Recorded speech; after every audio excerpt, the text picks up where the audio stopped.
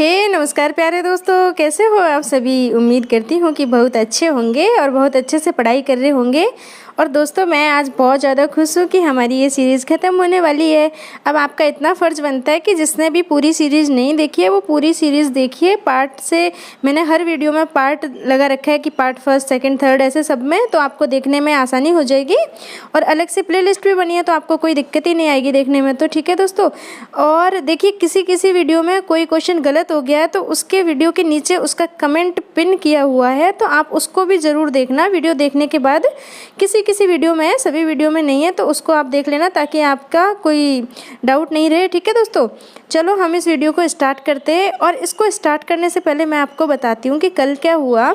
कल रात में सोने वाली थी, उससे पहले मैंने यूँ ही फ़ोन देखा तो एक कमेंट आ रखा था, और कमेंट था डॉक्टर नागेश पांडे संजय। शायद आप उनको जानते होंगे, हो सकता है नहीं भी जानते हो। वो बहुत ही शानदार बाल लेखन किया है उन्होंने, बाल साहित्य लिखा है, बहुत सारी किताबें उसके ऊपर लिख रखी है। तो मैंने एक वीडियो बनाया था बाल साहित्य वाला, उसके नीचे उनका कमेंट आया था। बहुत प्यारा सा अच्छा कमेंट आया और मुझे बहुत खुशी हुई कि उनका कमेंट वहाँ पे आया। तो मैंने उनसे बात भी की, फिर मुझे बहुत अच्छा लगा। मैंने उनकी किताबें मंगवाई है, मुझे पढ़नी है बाल साहित्य को। देखिए दोस्तों, हम साहित्य के विद्यार्थी हैं, लेकिन हमें ये नहीं पता कि हमारे अभी की जो परिस्थिति में कैसा साहित्य लिखा जा रहा है, कौन लिख रहा है। जो नवीन रचनाकार है उनके बारे में हमें ज़्यादा जानकारी है ही नहीं, जबकि होनी चाहिए। ये बात मुझे बहुत गलत लगी आज के संदर्भ में। मतलब कि पहले भी ऐसा ही रहा होगा कि जब हमारे ये निराला जी, पंत जी ये होंगे तो उस टाइम पे इनको भी कम पढ़ा गया होगा जितना कि हम अब पढ़ते हैं। तो हमें ये भी जानकारी रखनी चाहिए कि हमारे आज के दौर में क्या हो रहा है, कौन से लेखक है, कौन से कवि है, कौन क्या लिख रहा है, हमें समझ होनी चाहिए। तो मुझे तो बहुत ज़्यादा खुशी हुई उनके बारे में जान के। मैंने उनकी खूब सारी किताबें मंगवाई है। तो आप सभी को पता है कि मैं खुद भी टीचर हूँ, तो हमारी अजीज़ प्रेम जी फाउंडेशन है, उसके साथ कभी कभी लाइव कॉन्फ्रेंस होती है। सरकारी स्कूल के जो टीचर है उनके साथ वो लाइव कॉन्फ्रेंस करते हैं और उसमें इसी तरह के टॉपिक पर बात करते हैं।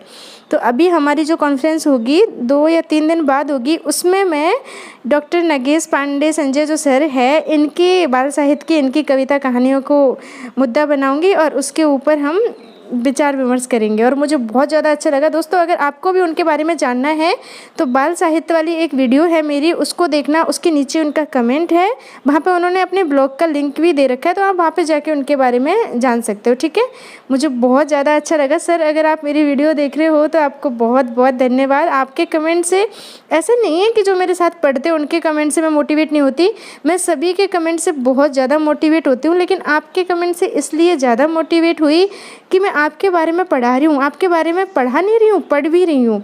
मेरे साथ जितने भी लोग जुड़े हैं वो सब पढ़ रहे हैं और मैं खुद भी पढ़ रही हूँ। तो मुझे इसीलिए ज़्यादा खुशी हुई कि आपका वहाँ पे कमेंट आया। आपका बहुत बहुत धन्यवाद। हमेशा सर हमारे साथ बने रहिए। चलो दोस्तों, अब हम इस वीडियो को स्टार्ट करते। और दोस्तों, आपसे ना मुझे एक बात और कहनी है। बात ये है कि आप हिंदी साहित्य के विद्यार्थी हो, और हिंदी साहित्य का विद्यार्थी अपने आप में ना इतना निपुण होता है, उसको चीज़ों की समझ होती है, इंसानियत को वो परखता है, वो सारी चीज़ों को ना बहुत अच्छे से अनुभव करता है और जानता है। भले ही और सब्जेक्ट वाले हमें यूँ ही समझते हो कि हिंदी का है, कोई बात नहीं, लेकिन हिंदी साहित्य के विद्यार्थी में जो बात है ना दोस्तों, वो किसी और में है ही नहीं। तो इसीलिए आप अपने ऊपर गर्व भी महसूस किया करो कि मैं हिंदी साहित्य पढ़ता हूँ, ये मेरा सौभाग्य है, ना कि मजबूरी। ठीक है, तो आप हिंदी को ऐसे मत पढ़ो कि ये कोई विषय है, इसको ऐसे पढ़ो कि अपनी रुचि का कोई काम कर रहे हो, बहुत अच्छा सा काम, जिसमें अपना तो हित है ही, साथ में सभी का हित है, और हम अच्छे इंसान बनने की ओर अग्रसर है हिंदी साहित्य के साथ। ठीक है दोस्तों, तो हमारे आज के जो कवि और लेखक है आज के दौर में जो लिख रहे हैं, उनके बारे में भी आप जानो, उनको भी पढ़ो, तो आपको बहुत ज़्यादा अच्छा लगेगा कि आज के दौर में क्या हो रहा है। जैसे कि ये कोरोना महामारी चल रही है, इसके ऊपर कितना लेखन हो रहा है, बहुत ज़्यादा लेखन हो रहा है। मैंने भी खुद काफ़ी सारी कहानियाँ लिखी है, इस पर कविताएं भी लिखी है, लेकिन आपको पता ही नहीं है कि आज के दौर में क्या हो रहा है। और सीधी सी बात तो ये है कि आप सब तो नौकरी के लिए पढ़ रहे हो ना, नौकरी लगनी है, पास होना है, उसके लिए पढ़ रहे हो। हाँ, आपकी बात सही है, नौकरी के लिए पढ़ो, लेकिन थोड़ा सा टाइम निकाल के हमारे आज के जो लेखक और कवि हैं उनके बारे में भी जानकारी रखो कि कौन क्या लिख रहा है, क्या हो रहा है। देखिए, आप हिंदी साहित्य के विद्यार्थी हो तो मैं आपको एक सलाह देती हूँ। सलाह ये है कि आपको आगे नेट जेआरएफ हो जाएगा, फिर पीएचडी भी करनी है और निरंतर मतलब हिंदी साहित्य के क्षेत्र में काम करना है, तो आप किसी पत्रिका से जुड़ जाइए। पत्रिका मतलब कि ऐसी पत्रिका जो यूजीसी की लिस्ट में हो, उससे जुड़ जाइए। उसमें में काफ़ी सारी कहानी, कविताएं, लेख होते हैं, उनको पढ़ोगे तो आपको अपने आप ही पता चल जाएगा। उसमें पुराने कवि और लेखकों के भी लेख आते हैं और नए कवि और लेखक हैं उनके भी लेख आते हैं। तो आपको पढ़ के ना बहुत अच्छा लगेगा। आप ये काम ज़रूर करना, इससे आपको बहुत फ़ायदा होगा। आगे चल के आप अपना लेख उसमें छपवाना चाहोगे तो उसको भी आप आराम से छपवा सकते हो। ठीक है दोस्तों, देखिए ज़्यादा बात हो गई, उसके लिए मैं माफ़ी चाहती हूँ, लेकिन मुझे इन सर के बारे में बताना था। बहुत ही ज़्यादा खुशी हुई मुझे इनके बारे में जान के, इसीलिए मैंने आपको बता दिया। दोस्तों माफ़ करना, आप में से बहुत सारे ऐसे भी हैं जो ये सोच रहे होंगे मैडम इरिटेट कर रही है, सॉरी, है ना। चलो दोस्तों स्टार्ट करते हैं। देखिए फर्स्ट क्वेश्चन में क्या पूछा गया है, छायावाद शब्द के प्रथम प्रयोक्ता माने जाते हैं। तो प्यारे दोस्तों आप सभी इसको बहुत ज़्यादा अच्छे से जानते हो कि प्रथम प्रयोक्ता जो माने जाते हैं वो कौन है, मुकुटधर पांडे है। ठीक है, देखिए दोस्तों सेकंड क्वेश्चन पढ़ते हैं। इसमें क्या लिखा है, निर्मल ब्रह्म की विशद छाया किस कालखंड को कहा गया है। तो दोस्तों छायावादी युग को कहा गया है।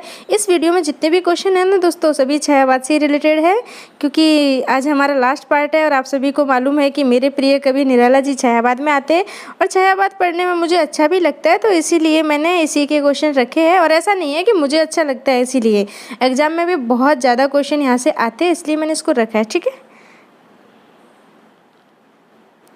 देखिए यहाँ पे क्या पूछा गया, जब वेदना के आधार पर स्वानुभूतिमयी अभिव्यक्ति होने लगी तब हिंदी में उसे छायावाद के नाम से जाना गया। ठीक है, और छायावाद की ये परिभाषा किसने दी है, आपको तो ये बताना है। तो बताइए किसने दी है, पंत ने, प्रसाद ने, निराला ने या मुकुटधर पांडे जी ने। तो दोस्तों इसका सही उत्तर है यहाँ पे प्रसाद, जयशंकर प्रसाद जी ने दी है ये परिभाषा। आप परिभाषा को एक बार और पढ़ लीजिए, जब वेदना के आधार पर स्वानुभूतिमयी अभिव्यक्ति होने लगी तब हिंदी में उसे छायावाद नाम से जाना गया। ठीक है दोस्तों, ज्ञात अपूर्ण से अज्ञात पूर्ण का तादात्म्य ही रहस्यवाद है। ये पंक्ति किसकी है, तो आपको सभी को पता है कि रहस्यवाद वाली पंक्ति किसकी है, महादेवी वर्मा जी की है। हमने पढ़ी थी, आपको याद होगी अभी भी। तो दोस्तों इसका जो सही उत्तर है वो क्या है, महादेवी वर्मा है। ठीक है, आप सभी जानते हो इसको। देखिए दोस्तों यहाँ पे क्या पूछा गया, बालिका मेरी मनोरम मित्र थी पंक्ति के रचयिता कौन है। तो दोस्तों आप बहुत ज़्यादा अच्छे से जानते हो, हमने अभी रविवार को ही पढ़ा है इसके बारे में। कौन है, पंत जी। पंत जी ने कहा कि बालिका मेरी मनोरम मित्र थी। ठीक है, आप इसको याद रखना। मैं नीर भरी दुख की बदली पंक्ति किसकी है, तो आप बहुत ज़्यादा अच्छे से जानते हो, बहुत ज़्यादा प्रसिद्ध ये पंक्ति है महादेवी वर्मा जी की। तो आप सभी जानते हो कि मैं नीर भरी दुख की बदली, ये है महादेवी वर्मा जी की पंक्ति। ठीक है दोस्तों, देखिए नेक्स्ट क्वेश्चन में क्या पूछा गया, सुमित्रा नंदन पंत की कौन सी रचना प्रगतिवादी नहीं है। यहाँ पे क्या पूछा है आपसे, नहीं है। ठीक है, मतलब कि बाकी की 3 प्रगतिवादी रचनाएं हैं इनकी। तो देखिए दोस्तों पढ़ लेते हैं, युगांत है, पल्लव है, युगवाणी है या फिर ग्राम्य है। तो आप सभी जानते हो कि इनकी पल्लव रचना है, ये प्रगतिवादी नहीं है। और ये कौन सी है बता देना आप मुझे कमेंट करके, प्रगतिवादी है या छायावादी है। ठीक है, तो आपको पता चल गया कि प्रगतिवादी नहीं है, तो आप मुझे बताना कि ये कौन सी है फिर। ठीक है, और बाकी ये तीनों इनकी प्रगतिवादी रचनाएं। ठीक है, आपको तो ये याद रखना है यहाँ पे कि प्रगतिवादी कौन कौन सी है, तो युगांत, युगवाणी और ग्राम्या। ठीक है दोस्तों, देखिए नेक्स्ट क्वेश्चन क्या है, स्नेह निर्जर बह गया है, रेत ज्यों तन रह गया है, निराला द्वारा रचित पंक्तियाँ किस रचना से उद्धृत है। मतलब कि ये कौन सी रचना से ली गई है निराला जी की ये पंक्ति, तो आप बताइए कौन सी से ली गई है, अणिमा से, सरोज स्मृति से, राम की शक्ति पूजा से या तोड़ती पत्थर से। तो दोस्तों ये पंक्ति ली गई है अणिमा से। ठीक है, आप इसको याद रखना। देखिए यहाँ पे आपसे क्या पूछा गया है, देखते नहीं मेरे पास कवि की वाणी है, कलाकार के हाथ है, पहलवान की छाती है और दार्शनिक के पैर है। तो ये पंक्तियाँ किसने कही है, आपको यहाँ पे ये बताना है। ठीक है दोस्तों, तो कितनी अच्छी पंक्तियाँ आप मुझे बता दीजिए किसने कही है। दोस्तों ये पंक्ति है ना, ये कही है निराला जी ने। और जब मैंने आपको पढ़ाया था तब बहुत अच्छे से बताया भी था कि देखते नहीं मेरे पास कवि की वाणी है, कलाकार के हाथ है, पहलवान की छाती है और दार्शनिक के पैर है। ये चर्चित जो वाक्य है ये निराला जी का है। ठीक है, आप इसको याद रखना, काफ़ी अच्छा है। दिए है जगत को मैंने फूल फल, ठाट जीवन का वही जो ढह गया। दोस्तों आप बहुत अच्छे से जानते हो ये पंक्ति किसकी है, मैंने आपको बहुत अच्छे से पढ़ाया है। तो बता दीजिए किसकी है ये पंक्ति, प्रसाद की है, पंत की है, निराला की है या फिर है महादेवी वर्मा जी की। तो दोस्तों ये पंक्ति है निराला जी की। इन्होंने कहा है कि दिए है जगत को मैंने फूल फल, ठाट जीवन का वही जो ढह गया है। ठीक है, आप याद रखना है इसको। देखिए यहाँ पे क्या पूछा गया है, तरी को ले जाओ मझधार, डूब कर हो जाओगे पार, विसर्जन ही है कर्णाधार, वही पहुंचा देगा उसे पार। तो बताइए ये पंक्ति है ये किसकी है, ठीक है, आपको ये बताना है। तो बताइए दोस्तों, महादेवी वर्मा की है, निराला की है, प्रसाद की है या पंत की है। तो दोस्तों ये पंक्ति है महादेवी वर्मा जी की, ठीक है, आप इसको याद रखना, काफ़ी इंपॉर्टेंट। देखिए दोस्तों ये पंक्ति बहुत ज़्यादा इंपॉर्टेंट है और ये क्वेश्चन मैं पहले भी आपको करवा चुकी हूँ, जब मैंने आपको महादेवी वर्मा जी, सुमित्रानंदन पंत जी, निराला जी, प्रसाद जी, इन सब से संबंधित वीडियो बनाई है, उनकी प्लेलिस्ट बना रखी है दोस्तों, आप देख लेना वहाँ पे। देखिए यहाँ पे क्या पूछा गया है, कहो तुम रूपसी कौन, व्योम से उतर रही चुपचाप, पंक्ति किसकी है। देखिए दोस्तों हमने अभी अभी पढ़ी है ये पंक्ति रविवार को, आपको मालूम होनी चाहिए कि ये किसकी है, महादेवी वर्मा की, निराला की, प्रसाद की या पंत की। तो ये है पंत की चर्चित पंक्ति, ठीक है दोस्तों। कहो तुम रूपसी कौन, व्योम से उतर रही चुपचाप, ठीक है, ये इनकी पंक्ति है, आप याद रखना। अकेली सुंदरता कल्याणी, सकल ऐश्वर्यों का संधान, देवी माँ सहचरी प्राण। ये देवी माँ सहचरी प्राण इस पंक्ति से आपको याद आ गया होगा कि ये पंत जी की पंक्ति है, ठीक है दोस्तों, आपको मालूम है ना, मैंने अभी करवाया था, ये चर्चित पंक्ति है पंत जी की, ठीक है, और ये बहुत ज़्यादा इंपॉर्टेंट है, बार बार पूछी जाती है, ठीक है, आप इसको याद रखना, काफ़ी अच्छे क्वेश्चन है दोस्तों ये आपके लिए, ठीक है, आप इनको अच्छे से पढ़ना। देखिए यहाँ पे क्या पूछा गया आपसे, जयशंकर प्रसाद कृत खड़ी बोली का पहला काव्य संग्रह है। आपको बताना है यहाँ पे कि जयशंकर प्रसाद द्वारा लिखा गया खड़ी बोली का पहला काव्य संग्रह है, उसका नाम क्या है, ठीक है। तो देखिए दोस्तों कौन सा है, चित्राधार है, वनमिलन है, कानन कुसुम है या फिर है उर्वशी। तो इसका जो सही उत्तर है वो क्या है, कानन कुसुम, ठीक है दोस्तों, कानन कुसुम इसका बिल्कुल सही उत्तर है, आप इसको याद रखना अच्छे से। देखिए नेक्स्ट क्वेश्चन पढ़ते हैं, जयशंकर प्रसाद द्वारा रचित उर्वशी रचना का काव्य रूप क्या है। तो आप बहुत अच्छे से जानते हो कि जयशंकर प्रसाद जी की जो उर्वशी है ना, इसको चंपू उर्वशी बोलते हैं।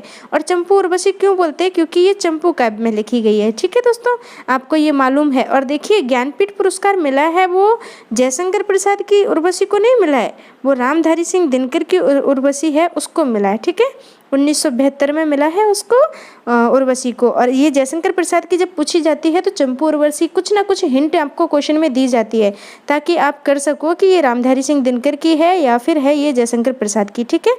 तो इसका उत्तर हो जाएगा चंपू काव्य, आप याद रखना। देखिए यहाँ पे क्या पूछा गया है, मानवीय ब्रह काव्य की श्रेष्ठ अभिव्यक्ति है। आपको बताना है कि मानवीय ब्रह काव्य की श्रेष्ठ अभिव्यक्ति है। तो आपको मैंने बहुत अच्छे से पढ़ाया जब जयशंकर प्रसाद जी को पढ़ाया था तब, कि आंसू इनका जो है काव्य कृति, आंसू इनकी काव्य कृति है, इसमें मानवीय ब्रह काव्य की श्रेष्ठतम अभिव्यक्ति व्यक्त हुई है, ठीक है दोस्तों। तो इसमें आंसू सही उत्तर हो जाएगा हमारा बिल्कुल। और काफ़ी अच्छे क्वेश्चन है दोस्तों ये आपके लिए, आप इनको अच्छे से पढ़िए। छायावाद में प्रेम और सौंदर्य के कवि माने जाते हैं। बताइए दोस्तों कौन माने जाते हैं प्रेम और सौंदर्य के कवि। तो ये भी मैंने आपको अच्छे से लिखवाया पॉइंट में कि प्रसाद जी है ये माने जाते हैं प्रेम और सौंदर्य के कवि, ठीक है। देखिए यहाँ पे क्या पूछा गया है, सुख दुख की आवेशमयी अवस्था विशेष का गिने चुने शब्दों में स्वर साधना के उपयुक्त चित्रण कर देना गीत है। तो देखिए गीत की परिभाषा किसने दी, आपको बहुत अच्छे से मालूम होगा, मैंने आपको अच्छे से पढ़ाया है कि महादेवी वर्मा जी ने गीत की ये परिभाषा दी, सुख दुख की आवेशमयी अवस्था विशेष पर गिने चुने शब्दों में स्वर साधना के उपयुक्त चित्रण कर देना ही गीत है। और अगर आप उसमें यूट्यूब में सर्च करोगे ना तो महादेवी वर्मा ने ये अपने इंटरव्यू में ये सेम पंक्ति बोल भी रखी है, ठीक है दोस्तों। आपके लिए मैं कितनी छानबीन खोज करती हूँ मुझे मालूम है, ताकि आप तक मैं सही जानकारी लेके आ सकूँ। तो देखिए दोस्तों इसका उत्तर है वो महादेवी वर्मा है, ठीक है, आप इसको याद रखना, काफ़ी इंपॉर्टेंट क्वेश्चन है ये। देखिए बार बार एग्जाम में आने वाले हैं ये सभी, और आए हुए हैं और हमेशा आएंगे, ठीक है। तो आप इनको पढ़ते रहिए। और ये हमारा लास्ट क्वेश्चन है, इसके बाद हमारी ये सीरीज़ खत्म। तो देखिए दोस्तों इसमें क्या है, धिक जीवन जो पाता ही आया ब्रोध, और इसके बाद एक और पंक्ति थी, धिक साधन जिसके लिए सदा ही किया शोध। ये पंक्ति किसकी है, तो आप सभी को मालूम है कि ये पंक्ति है किसकी, तो बता दीजिए जल्दी से क्या है इसमें सही उत्तर, प्रसाद है, पंत है, निराला है या फिर है महादेवी वर्मा जी। तो आप कह रहे होंगे मैडम आपके प्रिय कवि है इसमें निराला जी, तो आप बिल्कुल सही कह रहे हो, धन्यवाद, आपने मेरे प्रिय कवि का नाम बोला। और दोस्तों आपको ये तो मालूम ही है कि निराला जी की ये जो पंक्ति है, धिक जीवन जो पाता ही आया विरोध, ये राम की शक्ति पूजा से ली गई है, ठीक है, ये तो आपको मालूम ही है। जब भगवान राम के आगे से इंदिवर को उठा लेती है दुर्गा माँ शक्ति, आखिरी का जो इंदिवर बचा होता है उसको, तो उसके बाद राम के मुंह से निकलवाए थे निराला जी ने ये शब्द कि धिक जीवन जो पाता ही आया विरोध, धिक साधन जिसके लिए सदा ही किया शोध। लेकिन कहा जाता है कि इन पंक्तियों में निराला के जीवन की अभिव्यक्ति मिलती है। ठीक है दोस्तों, राम के मुंह से कहलवाए थे, वहाँ पे उनके लिए वो सही सार्थक सिद्ध हो रहे थे, लेकिन ये जो पंक्ति है ये निराला के जीवन पर भी उसी तरह लागू होती है जिस तरह वहाँ उस काव्य में राम की शक्ति पूजा में राम के ऊपर। ठीक है, तो आपको समझ में आ गया होगा मैं क्या कहना चाह रही हूँ। दोस्तों हमारे ये पार्ट ख़त्म हो गया, अब हम नए पार्ट में मिलेंगे और नया पार्ट आएगा आपका जो संत काव्य मैंने आपको पढ़ाया उससे संबंधित क्वेश्चन आएंगे, फिर हम सूफी काव्य स्टार्ट करेंगे। ठीक है दोस्तों, बाय बाय। आप पढ़ाई करते रहिए अच्छे से मन लगा के, ओके। और आपका बहुत बहुत बहुत सारा धन्यवाद।